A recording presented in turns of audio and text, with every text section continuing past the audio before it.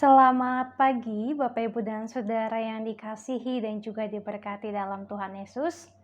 Kita senantiasa mengucap syukur karena kebaikan Tuhan dalam kehidupan kita. Kita boleh dibangunkan di pagi hari ini dengan kekuatan baru, dengan semangat yang baru. Bahkan kita masih diberikan kesempatan untuk melakukan aktivitas di hari ini. Namun sebelum kita lebih jauh lagi melakukan aktivitas kita akan merenungkan sabda Tuhan. Untuk itu mari berdoa. Ya Bapak, terima kasih untuk setiap sukacita, untuk setiap penyertaan Tuhan yang sungguh luar biasa dalam kehidupan kami. Saat ini ya Bapak, kami anak-anak Tuhan, anak-anak-Mu telah siap untuk merenungkan sabda kebenaran firman Tuhan. Berkati kami senantiasa Tuhan, sehingga apa yang kami renungkan ini dapat menjadi suluh dan juga pedoman dalam kehidupan kami, supaya kehidupan kami senantiasa diterangi oleh kuasa Tuhan. Terima kasih ya Bapak, kami serahkan semuanya ke dalam tangan pengasihan Tuhan saja. Kami telah siap untuk merenungkan sabda firman-Mu. Amin. Bacaan firman Tuhan kita di pagi hari ini dari Injil Lukas pasal 1 ayatnya yang ke-18 sampai dengan ayat yang ke-23. Injil Lukas pasal 1 ayat 18 sampai dengan ayat yang ke-23, firman Tuhan. Lalu kata Sakaria kepada malaikat itu, "Bagaimanakah aku tahu bahwa hal ini akan terjadi? Sebab aku sudah tua dan istriku sudah lanjut umurnya." Jawab malaikat itu kepadanya, "Akulah Gabriel yang melayani Allah, dan aku telah diutus untuk berbicara dengan engkau dan untuk menyampaikan kabar baik ini kepadamu. Sesungguhnya engkau akan menjadi bisu dan tidak dapat berkata-kata sampai kepada hari di mana semuanya ini terjadi, karena engkau tidak percaya akan perkataanku yang akan nyata kebenarannya pada waktunya." Sementara itu orang banyak menanti-nantikan Sakaria. Mereka menjadi heran bahwa ia begitu lama berada dalam bait suci. Ketika ia keluar, ia tidak dapat berkata-kata kepada mereka, dan mengertilah mereka bahwa ia telah melihat suatu penglihatan di dalam bait suci. Lalu ia memberi isyarat kepada mereka, sebab ia tetap bisu. Ketika selesai jangka waktu tugas jabatannya, ia pulang ke rumah. Demikian pembacaan Alkitab yang telah kita baca. Terpujilah Kristus, Maranatha. Konsekuensi dari meragukan Tuhan. Yang dimaksud konsekuensi dari meragukan Tuhan adalah suatu akibat ketika kita meragukan penyertaan Tuhan dalam kehidupan kita. Bagi manusia, beberapa hal mungkin saja menjadi mustahil untuk kita lakukan. Tetapi ingat bahwa bagi Tuhan tak ada yang mustahil. Dan Sakaria juga adalah seorang yang taat kepada Tuhan. Namun ternyata pada saat malaikat datang untuk menyatakan suatu kabar baik kepadanya, ia menjadi ragu. Sehingga kemudian ia menjadi bisu akibat dari keraguannya kepada perkataan malaikat Tuhan tersebut, yang juga adalah perkataan Allah. Dan bagi kehidupan kita setiap harinya pun pasti ada banyak hal yang kita ragukan.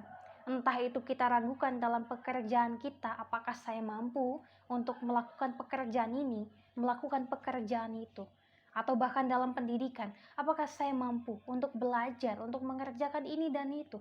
Bahkan ketika dalam menjalani perumah tanggaan, di dalam kita berumah tangga, pasti banyak sekali, entah itu antara suami, istri, bahkan anak-anak.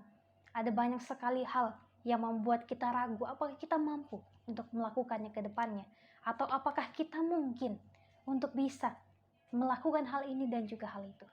Tetapi sekali lagi firman Tuhan mau mengatakan, apa yang mustahil bagi manusia tentu tidak mustahil bagi Tuhan. Karena Tuhan adalah pencipta kita, bahkan Tuhan adalah pemilik setiap hal yang ada di bumi ini. Bahkan yang memiliki hati, pikiran, bahkan jiwa kita adalah Tuhan sebagai Bapa kita. Oleh sebab itu kita mau diajak untuk jangan meragukan Tuhan dalam kehidupan ini. Jikalau Bapak, Ibu, dan Saudara saat ini sedang mengalami pergumulan hidup, entah dalam pekerjaan kita mengalami pergumulan yang sangat berat karena beratnya pekerjaan kita, ataupun ketika kita mengalami berbagai banyak hal yang membuat kita merasa sangat khawatir, sangat ketakutan.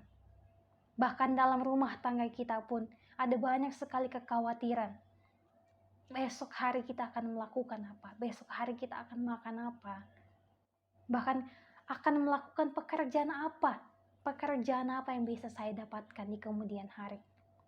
Banyak sekali hal-hal yang membuat kita merasa bimbang, bahkan mempertanyakan Tuhan, di manakah Tuhan berada ketika kita berada dalam masa-masa pencarian jati diri kita, ketika kita dalam masa-masa melewati pergumulan hidup. Namun sekali lagi Bapak Ibu dan Saudaraku yang dikasihi Tuhan, kita mau diajak Tuhan supaya kita mau senantiasa percaya kepada Dia, senantiasa tidak meragukan pekerjaan Tuhan dalam kehidupan kita. Ada yang mengatakan bahwa lakukanlah apa yang harus kita lakukan di bumi ini, dan Tuhan pun akan melakukan apa yang harus Dia lakukan bagi kehidupan kita. Dan yang tentu adalah pekerjaan Tuhan, rencana Tuhan bagi kehidupan anak-anaknya tidak ada yang mendatangkan malapetaka, tetapi mendatangkan damai sejahtera. Sekali lagi saya mau tekankan, jangan ragukan Tuhan. Seberat apapun pergumulan kita, jangan sekali-sekali ragukan Tuhan. Karena di tengah-tengah beratnya kehidupan ini, kita tahu mampu melewatinya. Itu semua karena penyertaan Tuhan. Jadi janganlah ragukan kehendak Tuhan. Mungkin memang berat jalannya, tetapi mari percaya bahwa ketika kita nantinya telah melewatinya, pasti kita akan merasakan damai. Dan ini adalah suatu proses dalam pengenalan akan Tuhan lebih jauh lagi. Suatu proses yang membuat kita semakin kuat, semakin percaya pada penyertaan Tuhan dalam kehidupan kita. Dan pada pagi hari ini merupakan renungan terakhir kita di tahun ini, tahun 2021, di mana setelah ini kita akan mulai mempersiapkan diri kita lebih matang lagi untuk datang kepada Tuhan, menyambut kedatangan Tuhan. Menyambut kedatangan Tuhan dengan penuh kegembiraan. Saya mau ajak kita sekalian untuk berefleksi. Apakah dalam 1 tahun berjalan ini kita telah melakukan kebaikan? Kita telah melakukan sesuatu hal yang membuat seseorang menjadi tersenyum.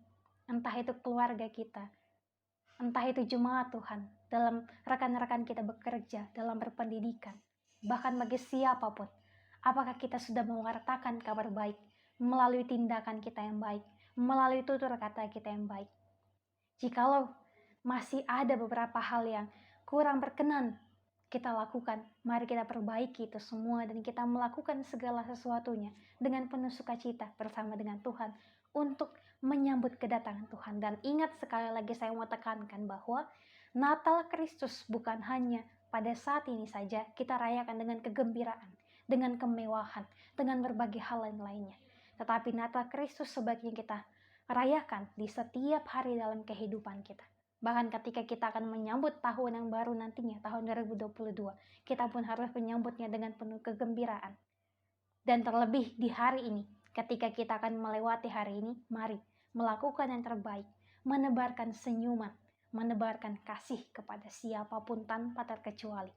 Supaya kehidupan kita, ketika kita berefleksi, kita dapat tersenyum bahwa kita ternyata telah melakukan berbagai banyak hal yang dikehendaki Tuhan dalam kehidupan ini.